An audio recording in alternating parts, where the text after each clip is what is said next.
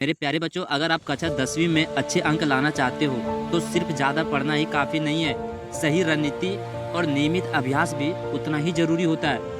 आपको एक सही रणनीति अपनाना पड़ेगा, सही अभ्यास करना पड़ेगा, जिसके कारण आप अपने बोर्ड एग्ज़ाम में अच्छी नंबर ला सकते हो। नंबर लाना कोई बड़ी बात नहीं है, बट आज मैं आपको जिस तरीक़ा से बताऊंगा, जिस तरीक़ा से आपको सिखाऊंगा, अगर आपने इस तरीक़ा से आपने फॉलो कर लिया ना, तो आप यकीन मानो कि आप अपने बोर्ड एग्ज़ाम में अच्छे नंबर लाओगे। तो चलिए मैं आपको कुछ 7 टिप्स बताने वाला हूँ और इन्हीं 7 टिप्स को आपको फॉलो करना है अपने पढ़ाई में। तो चलिए, सबसे पहला जो टिप्स नंबर 1 है वो ये है कि रोज़ का आपको टाइम टेबल आपको बनाना है। ठीक है, आपको रोज़ का आपका टाइम टेबल होना चाहिए कि इस दिन मुझे क्या पढ़ना है, इस दिन मुझे क्या पढ़ना है, इस घंटे मुझे क्या पढ़ना है, इस घंटे मुझे क्या पढ़ना है। यानी कि आपका जो रोज़ का जो टाइम टेबल है उसको आपको मिस नहीं करना है, उसको आपको फॉलो ही करना है और आपको टाइम टेबल के अनुसार आपको पढ़ाई करना है। जैसे कि हर दिन 4 से 6 घंटा ध्यान से पढ़ाई करें। कठिन विषय को उस समय पढ़ें जब आपका ध्यान शांत हो। ठीक है, यानी कि आपको रोज़ का जो टाइम टेबल जो बनाओगे और आपका जो कठिन विषय है, कठिन विषय को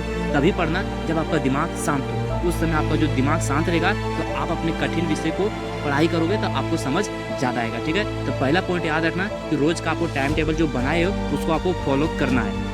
दूसरा पॉइंट याद रखना, यानी कि दूसरा टिप्स ये है कि एनसीईआरटी को सबसे पहले पूरा करें। ठीक है, यानी कि एनसीईआरटी को सबसे पहले उसको पूरा कवर करना है, क्योंकि एग्जाम में जितना भी क्वेश्चन होता है वो अधिकतर 99% एनसीईआरटी से ही पूछा जाता है क्लास 10th में। ठीक है, तो गणित, विज्ञान या फिर सामाजिक विज्ञान और हिंदी, अंग्रेजी एनसीईआरटी किताबों को अच्छी तरीक़ा से पढ़ें। ज़्यादातर बोर्ड परीक्षा में इन्हीं सबसे आता है। ठीक है, तीसरा टिप्स याद रखना कि रोज़ आपको लिख कर अभ्यास करना है। आपको रोज़ लिखकर अभ्यास करना है, सिर्फ पढ़ने से काम नहीं चलेगा।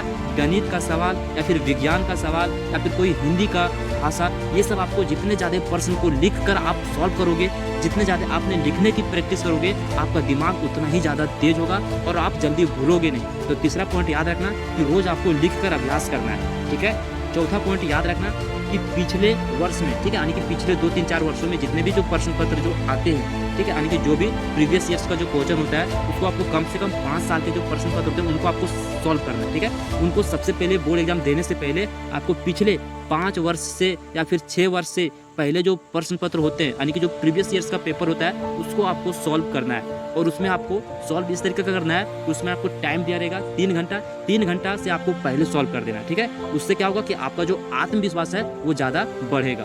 5वां टिप्स मैं आपको बताने वाला हूँ, आपको रोज रिवीजन करना है, यानी कि जो भी आज आपने पढ़ा उसके अगले दिन रिवीजन कर लेना है। उसके बाद फिर आपको आज का पढ़ाई करना है। ठीक है, यानी कि जो आपने आज पढ़ाई किया वो कल रिवीजन, फिर आज पढ़ाई किया फिर कल रिवीजन, यानी कि आपको रिवीजन भी रोज करते जाना है। ठीक है, हर दिन आपको रिवीजन के लिए, यानी कि हर एक सब्जेक्ट का, यानी कि हर एक चैप्टर का या फिर सब्जेक्ट का आपको रिवीजन करने के लिए हर दिन 20 से 30 मिनट पुराने अध्ययन को दोहराना है। यानी कि पुराने सब्जेक्ट को आपको दोहराना है, अध्ययन करना है, रिवीजन करना है। नियमित रिवीजन से पढ़ा हुआ लंबे समय तक आपको याद रहेगा, यानी कि आप जितना ज़्यादा रिवीजन करोगे आपको उतना ही ज़्यादा याद रहेगा। ठीक है, तो 5वां टिप्स याद रखना कि आपको रिवीजन डेली करना है, हर एक सब्जेक्ट का, हर एक चैप्टर का 20 से 30 मिनट, ये बात याद रखना। 5वां टिप्स में जो आपको बताने वाला हूँ ये है सबसे बड़ा खतरनाक टिप्स होने वाला है, क्योंकि आज के समय में सोशल मीडिया की वजह से बहुत ज़्यादा डिस्टर्ब होता है। ठीक है, तो मोबाइल का सही इस्तेमाल आपको करना है। मैं आपको 6वां टिप्स यही बताने वाला हूँ कि आप अगर आपके पास मोबाइल है तो आप अपने मोबाइल को कहीं दूर रख दें। ठीक है, पढ़ाई के समय मोबाइल को दूर रखें या नोटिफिकेशन आप अपने मोबाइल में बंद कर दें, क्योंकि अगर आपके मोबाइल में नोटिफिकेशन आता है और अगर आपने मोबाइल में एक बार घुस गया तो फिर आप अपने मोबाइल को छोड़ नहीं पाओगे। इसलिए पढ़ते समय मोबाइल को दूर रखें या फिर अपने नोटिफिकेशन को बंद कर दें। ज़रूरत हो तो केवल पढ़ाई से जुड़ी वीडियो को सामग्री देखें। ठीक है, यानी कि अगर आपका मोबाइल को यूज करना है तो जब आपको समझ में नहीं आ रहा है तभी आपको यूज करना है, और यूज वही करना है जो आपको समझ में नहीं आ रहा है, पढ़ाई से जुड़ी हुई चीज़ें। उसके बाद यदि उससे सोल्यूशन मिल जाता है फिर आपको मोबाइल को दूर रख देना। ठीक है, तो इससे आपका जो पढ़ाई वो डिस्टर्ब नहीं होगा। जो मैं आपको बताने वाला हूँ 7वां टिप्स, और ये सबसे ज़्यादा इम्पोर्टेंट है। 7वां टिप्स ये है कि अपनी सेहत का, अपने शरीर का ध्यान रखना, क्योंकि अगर आप अपने सेहत का ध्यान नहीं रखोगे, अपना शरीर का ध्यान नहीं रखोगे तो फिर आपका जो पढ़ाई हुआ है ना वो भी अच्छा तरीक़ा से नहीं हो पाएगा। तो इसलिए मैं आपको बता देता हूँ मेरे प्यारे बच्चों कि आपको 7 से 8 घंटा की नींद आपको लेना ही है।